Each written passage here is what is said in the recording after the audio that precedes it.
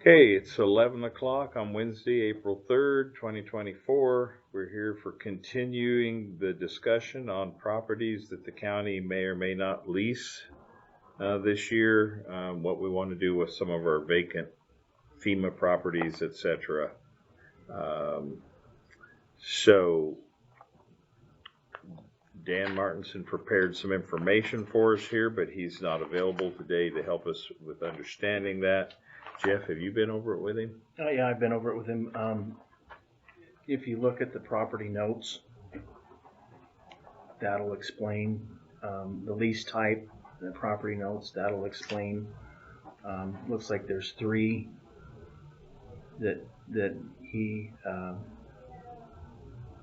put up for what we can use for seasonal and recreation. The same three he suggested, or that we had last year. Yeah, same three. There was a fourth one last year, and it did not. Nobody bid on it, so he did take it off. I'll have to ask him which one that was. The other ones are residential, and when you look for long-term leases, there's. I think he'd be better to explain why they're not suitable for camping. He shows that we have three, the recreational, seasonal, those are camping spots. The rest of them aren't.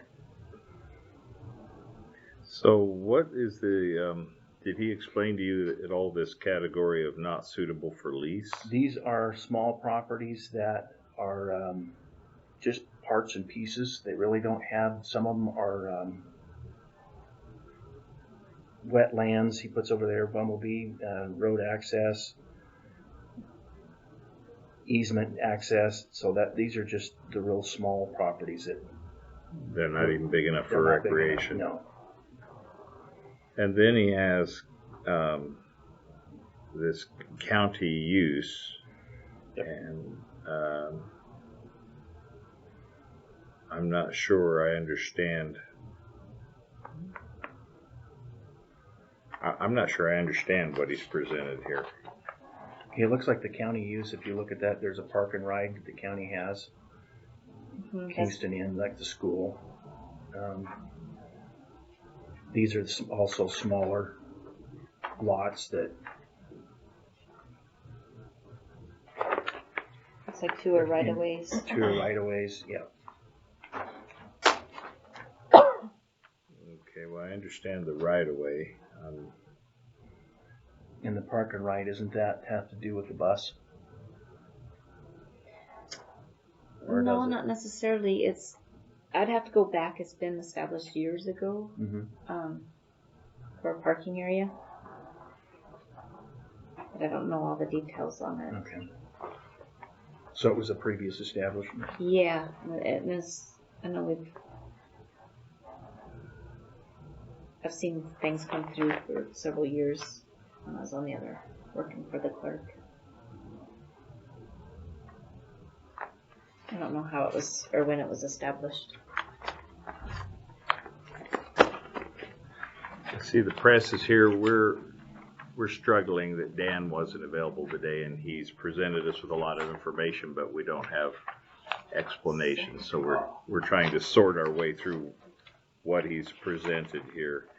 At this point, I don't know when you walked in, but it looked like we still have the same three pieces that we had for sale. But now all he has listed on here are FEMA properties. That's right. Yeah. We had discussed the possibility of putting on the market a couple of our non-FEMA properties. Exactly. So that would be another category, is be the for sale non-FEMA. And I don't think we put those on there. I don't think so. No. Okay.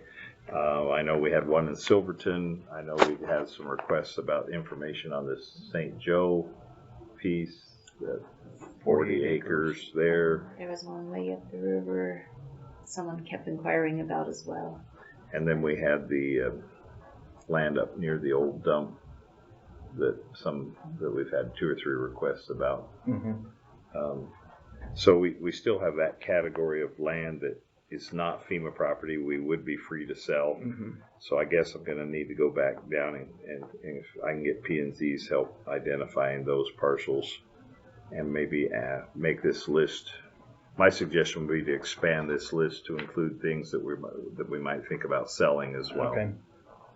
Me too. And it'd be more productive if we schedule when Dan's here. We can go through it all piece by piece. Exactly. And I was planning on actually driving out to each of these pieces and looking at them myself to see where they're at. And at our last meeting, we talked about dividing them into categories like recreational, which would appear to be the top three. Mm-hmm.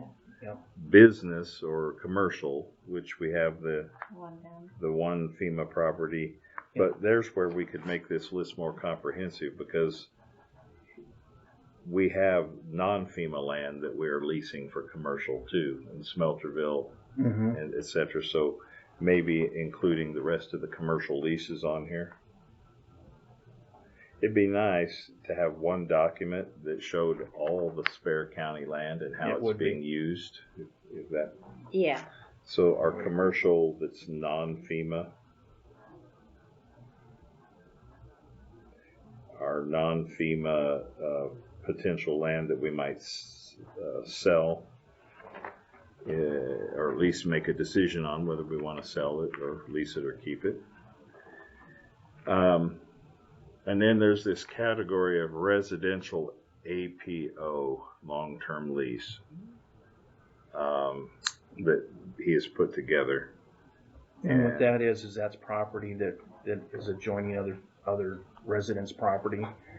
One of them was a grass field that they mowed and actually used for hay for the last so many years, and it's looking at it, it's a non-camping property.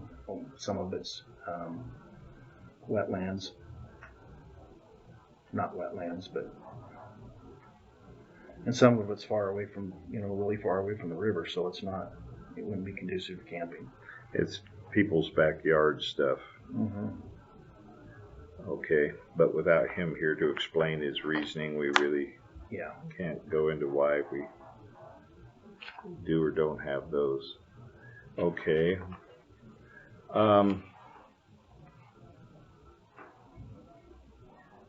So we have the beginning of starting to categorize our properties, but we had also talked about, and I didn't take good enough notes last time, we talked about setting a time for the recreational sales. Was that at the beginning of May or at the end of April that we talked? The end of April, I believe. So we need to get, we need to take action on advertising and things on those pretty quickly. Okay. If we're going to try and sell them in a month, at the end of the month, which is about a month away. So did we set? If we're going to try and lease them. Did we already set the time frame, or it was just suggested? I didn't write it down. I think we just had suggestions, but do you recall if we voted on that?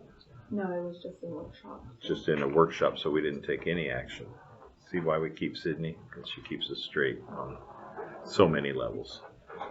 Okay. So for right now, I think we can tentatively, for the three that are on here, we can tentatively approve those to be re-auctioned off. And if there's any more that Dan, that we go through, we can add to that. And then we also need to figure out how we're going to, with the long-term leases, how we're going to go about the long-term leases, how we're going to go about a fair market value or a fair, because it's grassland, so we're going to have to figure out what the lease would be. Yeah.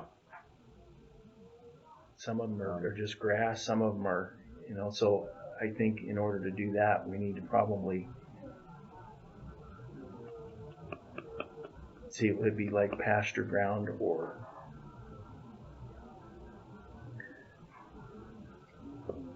I'm with you on that. I'm thinking I'd like to pick Dan's brain on that a little bit.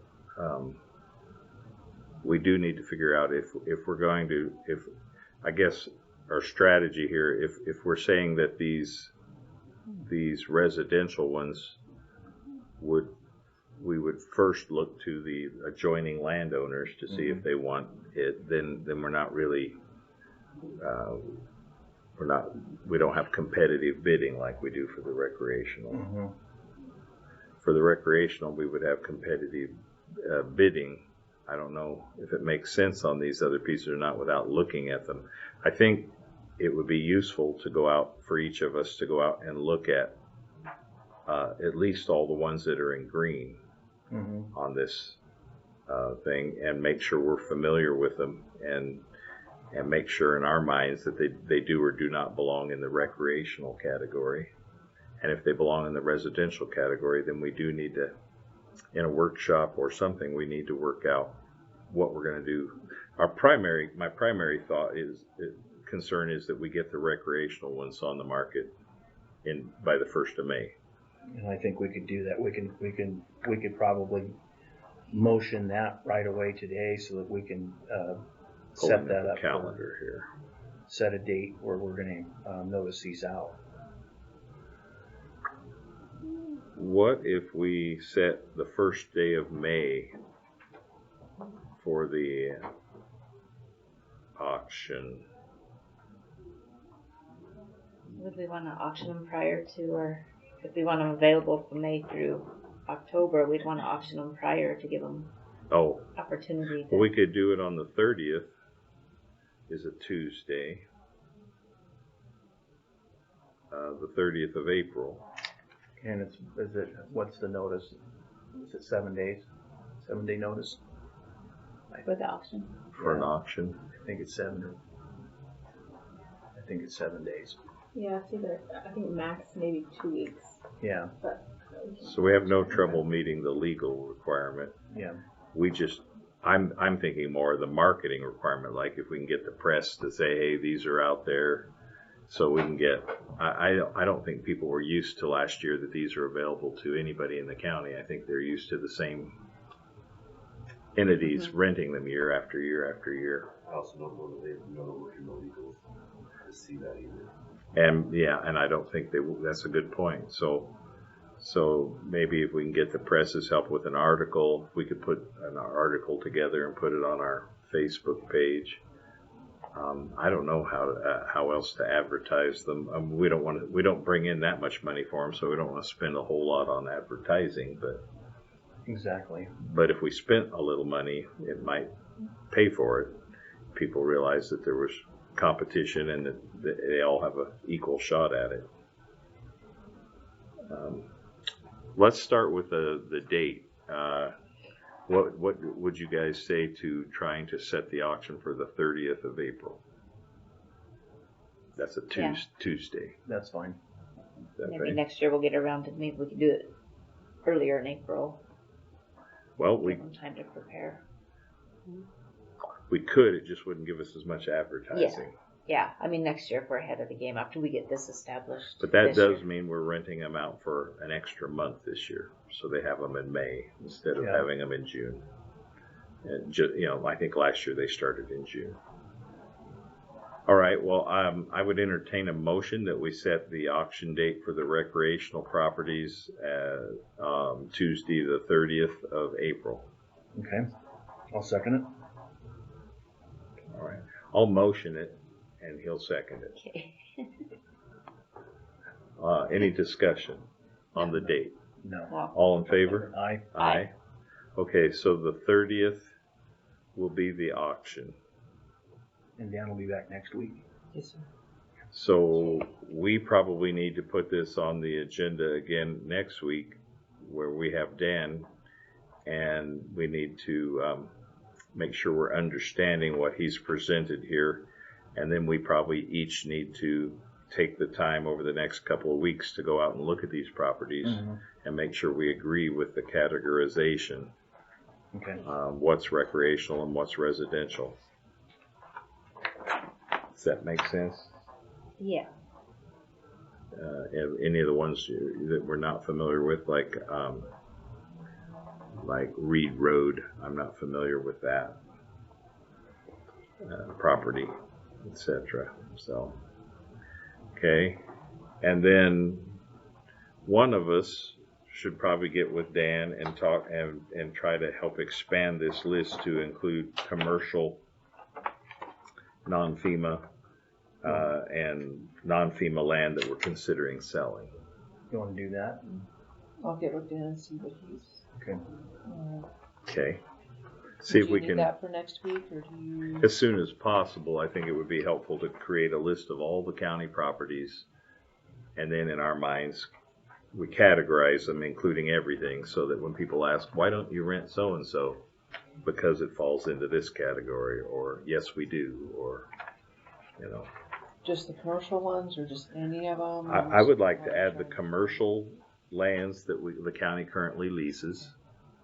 So if any citizen or anybody, you know, the news press wanted to know what land the county and what they do with their land, that we could show that it is sitting bare for a reason. It's too tiny to use, or it's being rented like the Smelterville properties. I would also like to include county lands that we have talked about selling that are just sitting vacant, that are not FEMA properties, like Silverton, etc. And we don't even have that 40 acres on here on the St. Joe. No. So we don't have it listed as recreational or anything. The 48 acres? Whatever it is on the St. Joe, that big piece that was a mountaintop. I think the reason why is because there wasn't a road to it, but there is one now. But there is So a road I to think it now. We've got to look at that, and you know. And it should be on the list, and we should either be leasing it to somebody, or we should have it for sale. I don't think the county needs. I think we'd all have to decide, but maybe the county doesn't want to just let it sit because we've forgotten about it. It needs to be known too that any property that's sabotaged after listing, like they when are you held rent, liable for. Yeah, if you lease county property and you're supposed to have permission to make improvements on it, and then you're not allowed to take your improvements, the permanent ones, with you when you go, to include roads. So I think if we could set another meeting next week, in the meantime, if we could expand this list to include those.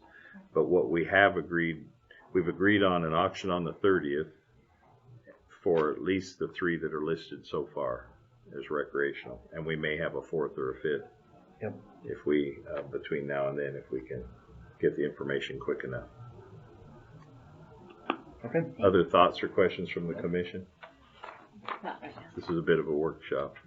Okay. This is us Well, I think it'd be brainstorming good for legally everybody in front to of the go public. through and read the FEMA guidelines as well. Questions from the public or comments? Mr. So many. How many properties are on that list that you guys think you received?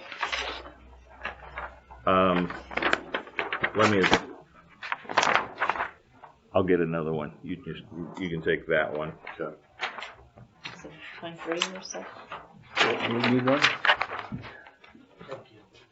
It's So- got my scribbling on it, but These spots where it's like Calhoun's last ad, and then there's 4 spots or 3 other spots underneath.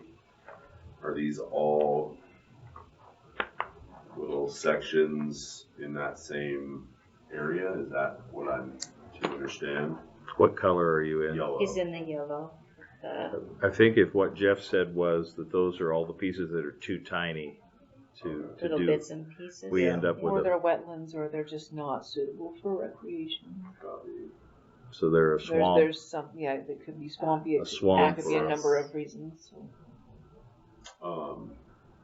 But they're FEMA, so we can't sell Right. All of these are FEMA, right? them. Everything on that This list list is is FEMA. And so the green, dark green is what we've leased last year. light green. Light green is what we have had long-term leases out on. Those are the pieces that are around people's houses that are not on the river, or not necessarily recreational, I guess. But I think that's the area we need to review the most. and make sure we're all in agreement with what's on that, Sure. that list. Okay. Feel free, Matt, to pop in with questions or comments. One of my comments is you might reach out to a real estate agent and let them know that you got land on the river to lease and see if they'll spread the word amongst the realtors. The parking right happened because Chatfield rented that spot to put his coffee stand in Kingston. And to do that, people parked there, so they had an agreement to make that parking right. Chatfield, I think, had to put up $1,200 for the county for signage and the gravel, and that's how that was formed.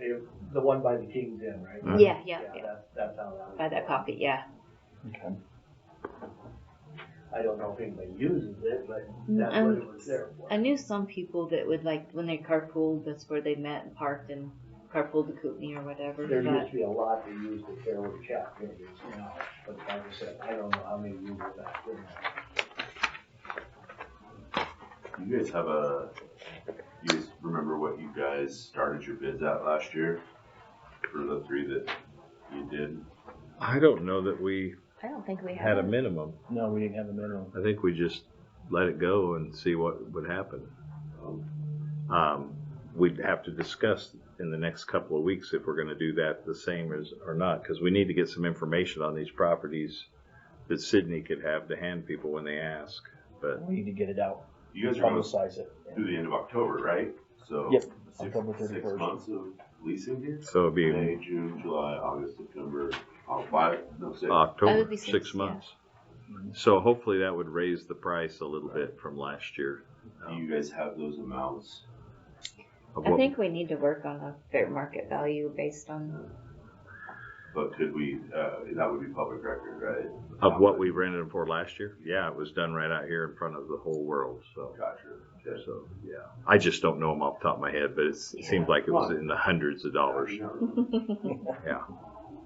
And then, yeah, I would say there's quite a few properties, I guess, that you guys, that just are non-FEMA ones that aren't on here, so. There are some non-FEMA ones that we have discussed that are just sitting doing nothing that we might be able to sell. But Dan just took the first part of the task and did the FEMA ones. So Gotcha. now we need that. In my mind, it would be helpful to have on one sheet of paper everything the county owns that's usable. Are the What names we're doing with it. next? So it says FEMA Napolitan? That's who the FEMA bought it from, I think. Copy. All right. Is who FEMA bought out when they Good to know. took the land there.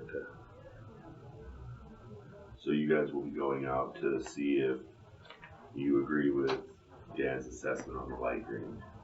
That's my suggestion. That's your Is that we all look at these and make sure we're in agreement on what's residential and what's recreational.